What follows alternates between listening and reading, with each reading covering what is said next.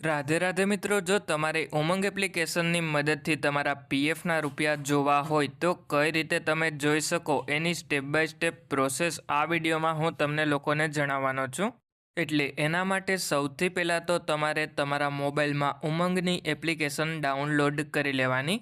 એટલે હવે આપણે પ્લે સ્ટોર ઓપન કરી લઈએ અને પછી આપણે પ્લે સ્ટોરમાં ઉમંગ કરીને સર્ચ કરી લેવાનું।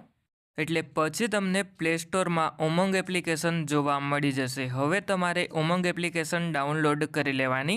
આપણે ઓલરેડી ડાઉનલોડ કરેલી જ છે એટલા માટે અપડેટ કરી લઈએ। એટલે જેવી અપડેટ થઈ જાય એના પછી ઓપન કરી લઈએ અને જ્યારે પણ તમારા મોબાઈલમાં ઉમંગ એપ્લિકેશન ડાઉનલોડ થઈ જાય એના પછી તમારે તમારો મોબાઈલ નંબર રજિસ્ટર કરી લેવાનો।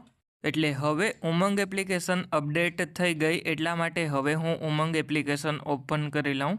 એટલે પછી તમારે ઈપીએફઓ કરીને સર્ચ કરી લેવાનું। એટલે ઈપીએફઓ ઇન ડિપાર્ટમેન્ટ કરીને જોવા મળી જશે, એની ઉપર ક્લિક કરી લેવાનું અને પછી તમારે વ્યૂ પાસબુક ઉપર એક વખત ક્લિક કરી લેવાનું અને પછી તમારો જે પણ 12 આંકડાનો યુએએન નંબર હોય એ એન્ટર કરી લેવાનો। એટલે હવે આપણે પગારની સ્લિપમાંથી જોઈ અને 12 આંકડાનો યુએએન નંબર એન્ટર કરી અને સબમિટ કરી લઈએ।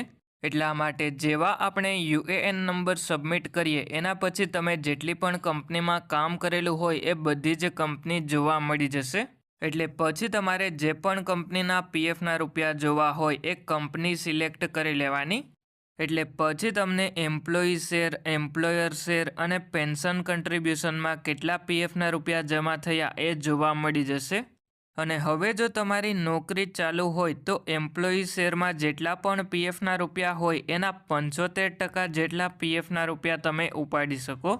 અને જો તમારે પીએફના બધા જ રૂપિયા ઉપાડવા હોય તો તમે જ્યારે નોકરી છોડી દીધી હોય એના પછી એમ્પ્લોયર શેર અને પેન્શન કન્ટ્રીબ્યુશન પણ ઉપાડી શકો।